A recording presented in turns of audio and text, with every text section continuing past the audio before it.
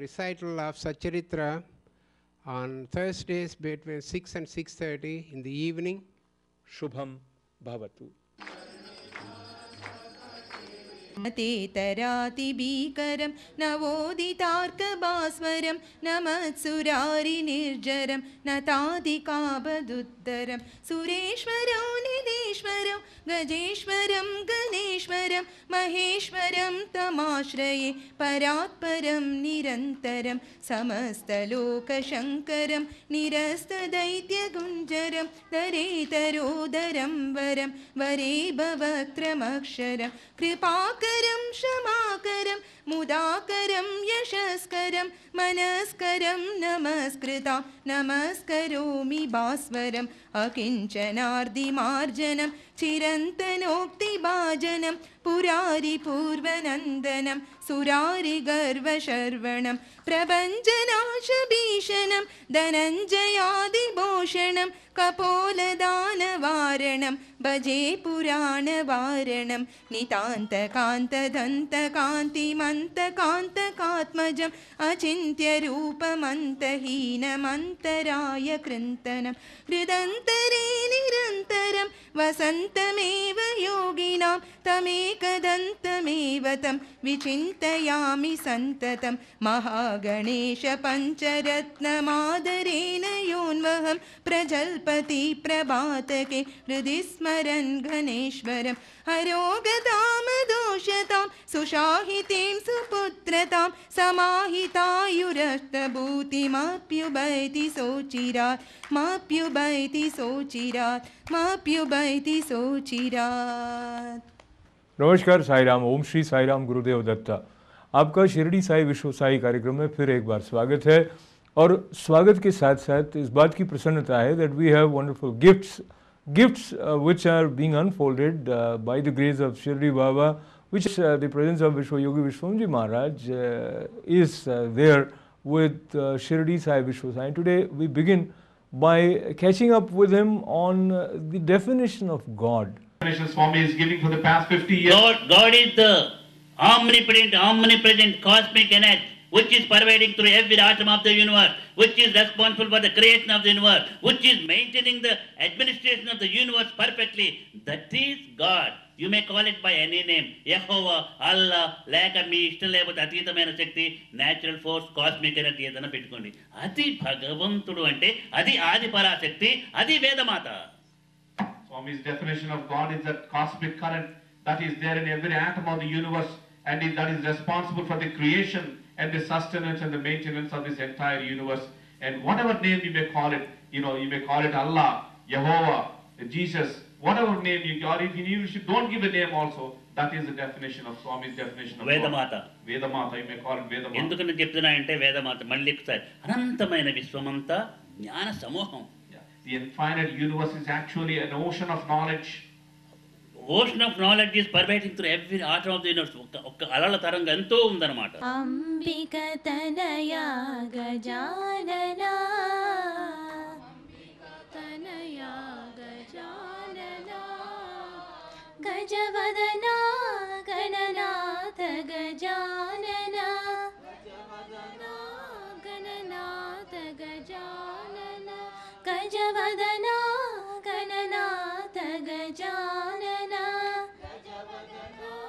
గణనాథ గజాననా సాయి గణేశ వినాయక సాయి గణేశ వినాయక సాయి గణేశ వినాయక సాయి గణేశ వినాయక త్రిభువన పాలక మంగళదాయక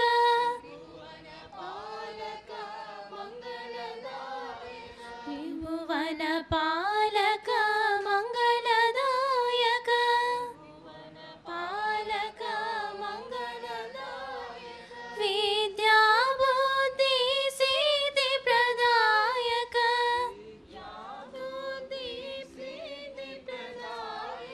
విద్యా బుద్ధి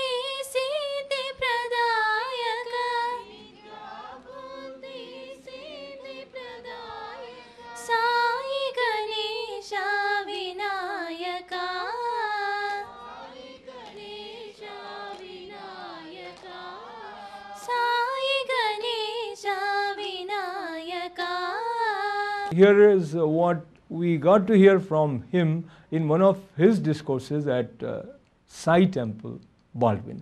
So if you want to get the peace must begin from the individual. Fill the heart with the love, fill the mind with the peace, and spread love and peace wherever you go. This is the proclamation of Sanatana Dharma. In our country, when there is a temple, it is having all the service activities, Sangeeta, music, dance, Veda, Vaidyalaya, Vidyalaya, Karshaka, Karmika training, women's training. The service motives of the whole society will be attached to the temple then, but not now. Now we have forgotten about Sanatana Dharma and we are only limited and attached to some things only. How to make the society peaceful, they thought. How to make the woman powerful. How to make the house peaceful. How to teach them about the food. Ahara vihara. If you have to take good food, healthy food, sattvic food. And even they told about the living of wife and husband also. How to live. You have to mix your bodies only to get good children. There is no country which is having such kind of family life and marriage system which is in India. We must be proud of it. Even the Pope Paul, he died 1 year ago, 1 year or 2 years ago. He declared that the Indian marriage system and Indian family system is ideal for the whole human race. That's the greatness of the Indian marriage system and family system. We have to protect that. We have to teach the greatness of the Indian family system and marriage system to the children, our children. And we should not make our children going away from the culture, which is ideal for the whole human race. That is Sanatana Dharma. We are giving names like Shirdi Baba, Puttaparthi Baba, Christ, Venkateswara Swami. We have photographs with us, but all comes to, I feel forms of, they all one. We are giving names to all of them, and if I like the name Akash, probably I may give that name to some power. But I feel everything is one. That is power. That is Omkaram.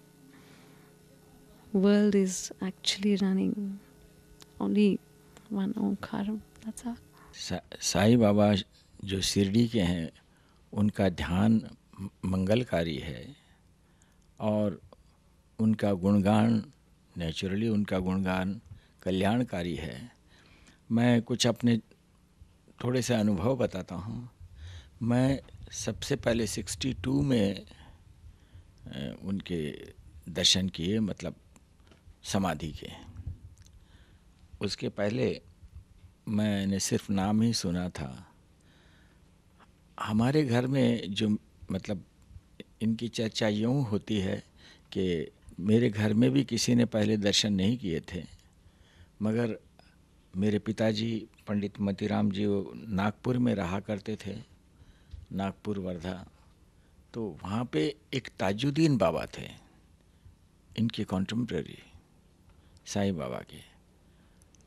और ऐसे ही एक अक्कलकोट महाराज जो गुलबर्गा और शोलापुर के बीच में अक्कलकोट आती हैं, जगह आती है, वहाँ पे रहते थे। ये तीनों ही कॉन्टेम्पररी थे और इन तीनों में एक चीज़ अजब थी कि अगर कोई साईं बाबा के पास चला गया तो कहते थे बेटा कल तुमको जवाब दूंगा।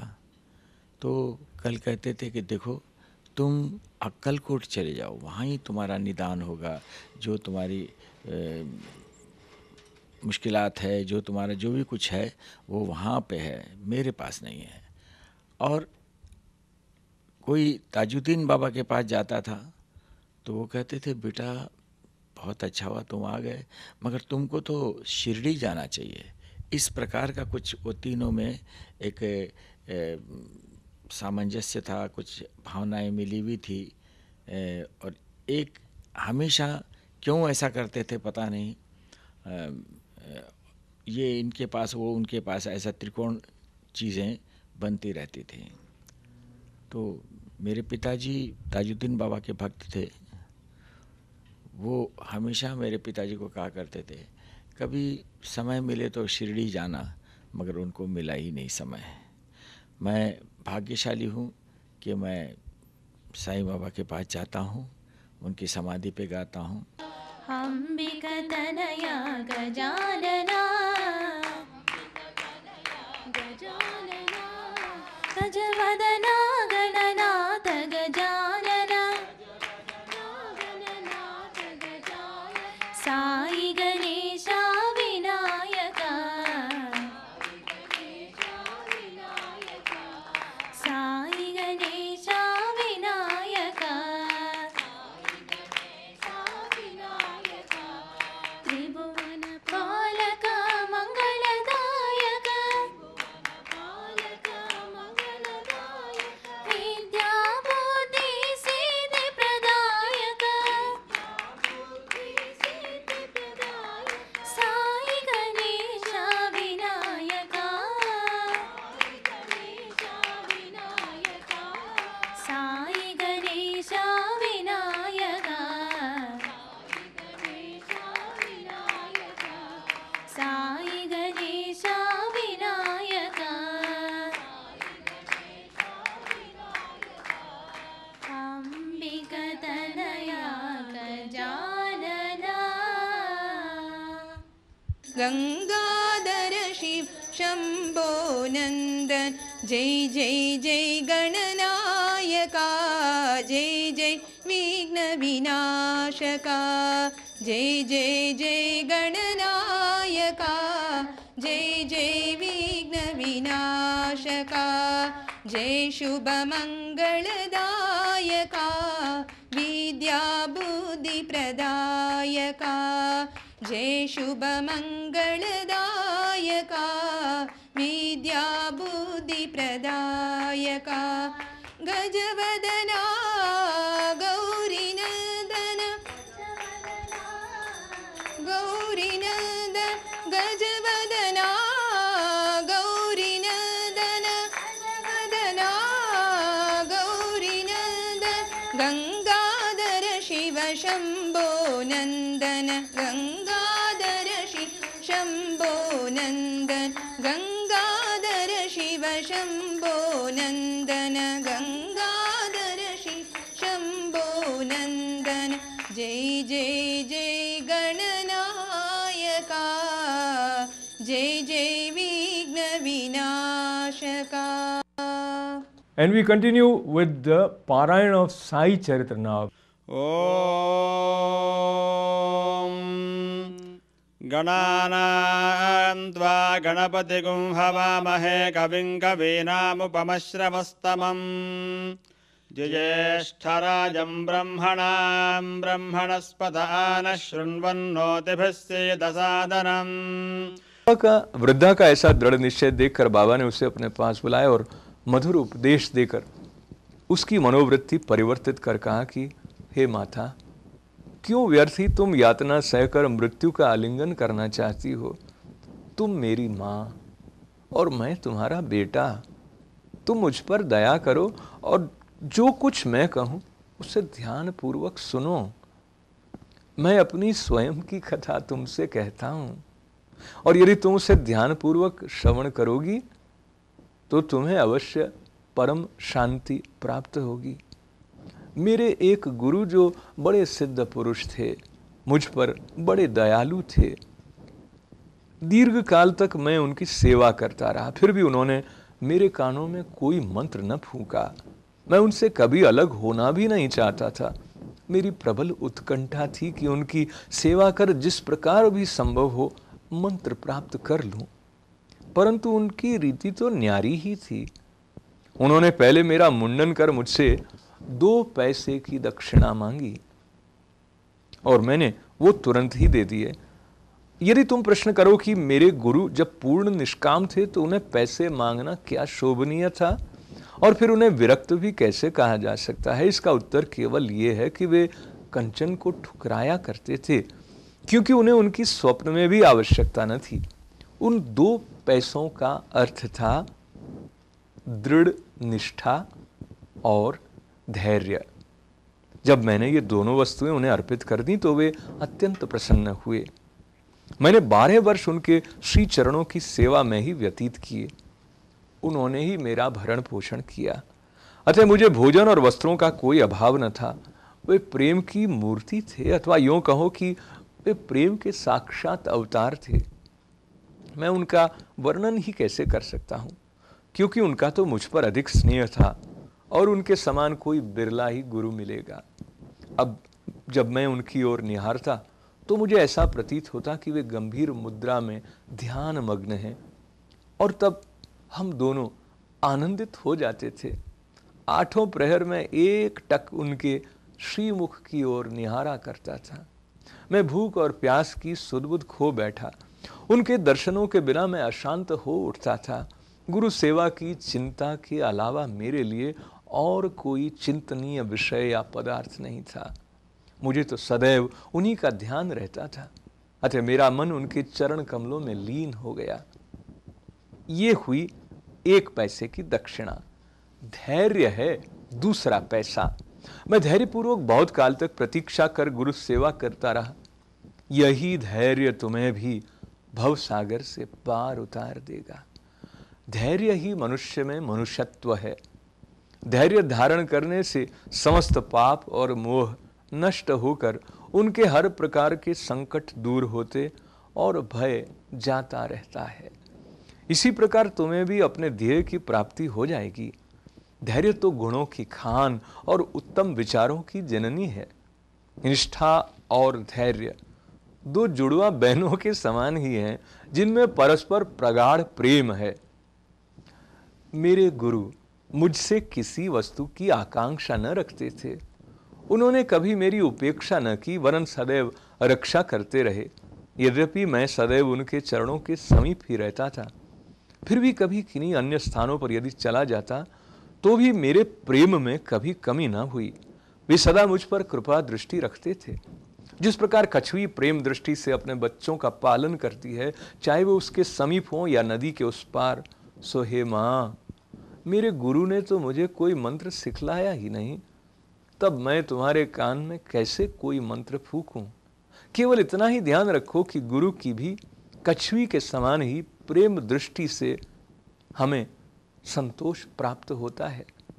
इस कारण व्यर्थ में किसी से उपदेश प्राप्त करने का प्रयत्न न करो।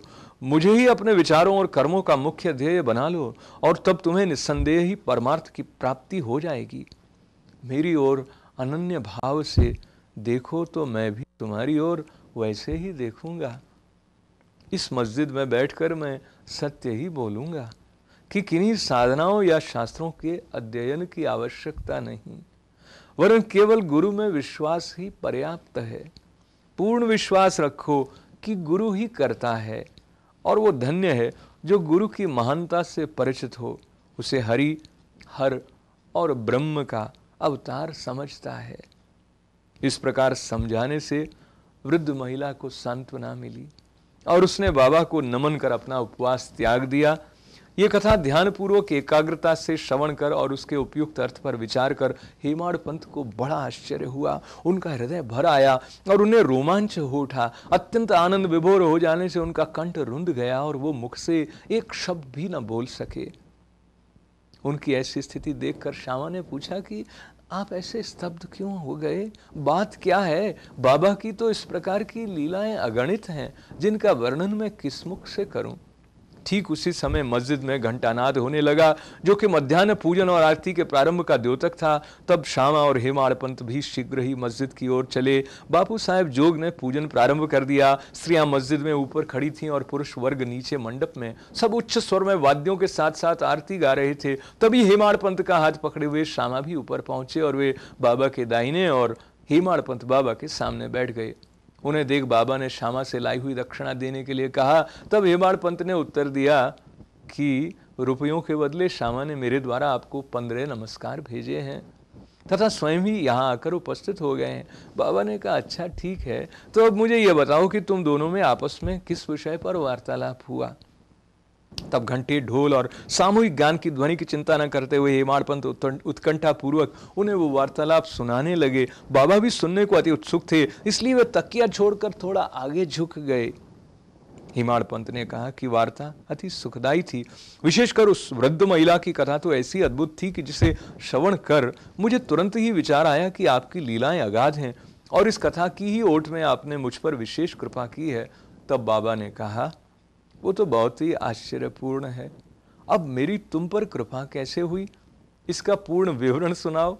कुछ काल पूर्व सुना वार्तालाप जो उनके हृदय पटल पर अंकित हो चुका था, वो सब उन्होंने बाबा को सुना दिया। वार्ता सुनकर बाबा अति प्रसन्न हो कहने लगे, क्या कथा से प्रभावित होकर उसका अर्थ भी तुम्हारी समझ में आया है? तब हेमाड़ पंत ने उत्तर दिया कि हाँ बाबा, आया तो है। उससे मेरे चित्त की चंचलता नष्ट हो गई है। अब यथार्थ में मैं वास्तविक शांति और सुख का अनुभव कर रहा हूं और मुझे सत्य के मार्ग का पता चल गया है। तब बाबा बोले, सुनो, मेरी पद्धति भी अद्वितीय है। यदि इस कथा का स्मरण रखोगे तो यह बहुत ही उपयोगी सिद्ध होगी। आत्मज्ञान प्राप्त करने के लिए ध्यान अत्यंत आवश्यक है। ओम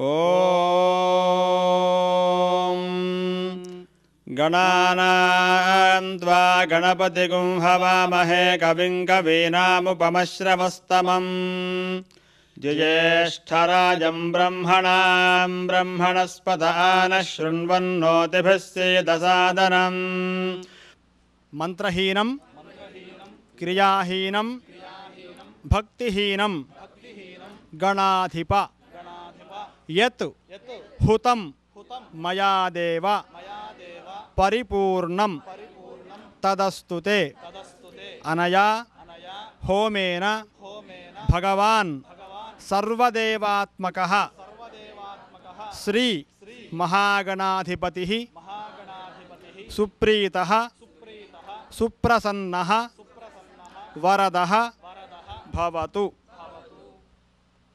लोकाः समस्ताः सुखिनो भवन्तु, सर्वे जनाः सुखिनो भवन्तु, समस्तमङ्गलानि भवन्तु, विश्वकल्याणसिद्धिरस्तु। ईश्वरं सद्गुरुं साईनाथं गजाननं भूत गणाधि सेवितं कपित्थ जम्बू फल सार भक्षणं उमासुतं शोक विनाश कारणं नमामि विघ्नेश्वर पाद पंकजं व्यासं वसिष्ठ नप्तारं शक्तेः पौत्रं अकल्मषं Parashar आत्मजं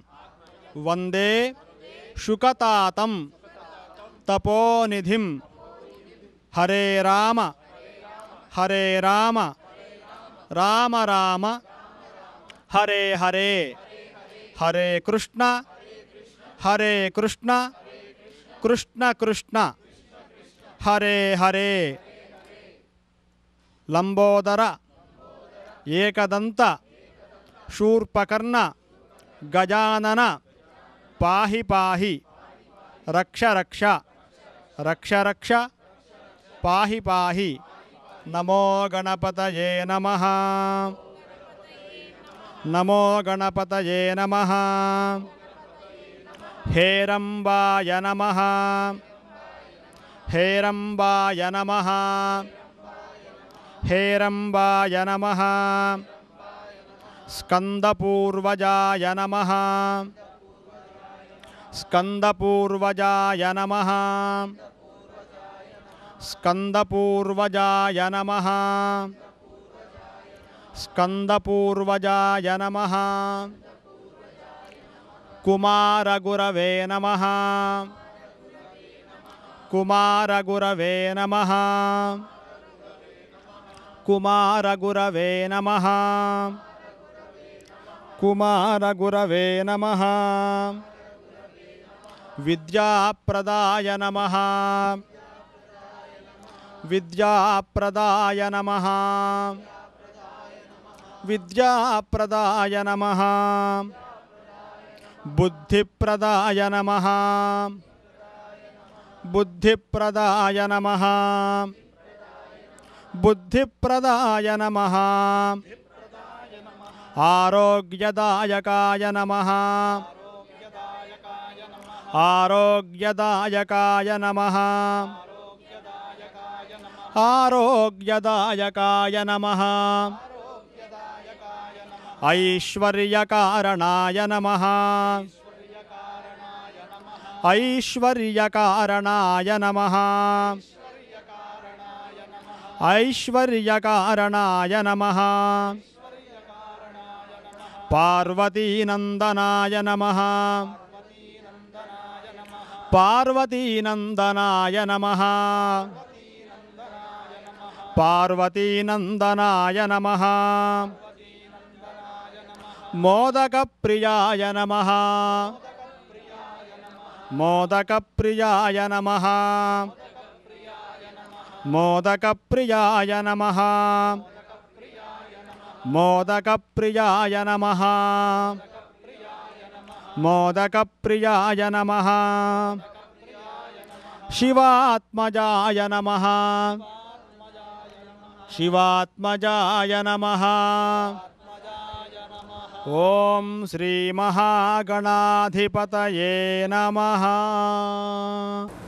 I ask you to keep your minds clean, fill the heart with the divine love, fill the mind with peace, and spread love and peace wherever you go, just like a lighted candle, going this and that, here and there, throwing away the darkness and giving light to each and every person. That is Asatoma Sadgamaya, Tamashoma Jyotirgamaya, Mrichorma Amrutangamaya. Let us praise the Lord.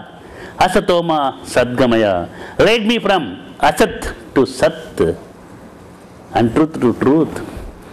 Lead me, Tamasoma Jyotirgamaya, Tamas darkness to light, and Mrichorma Amrutangamaya. Lead me from mortality to immortality. That is the duty of Vishwaguru, the universal Guru, Shirdi Sai Nath. We must bow, put our head at the lotus feet of the Lord Shirdi Sai Nath.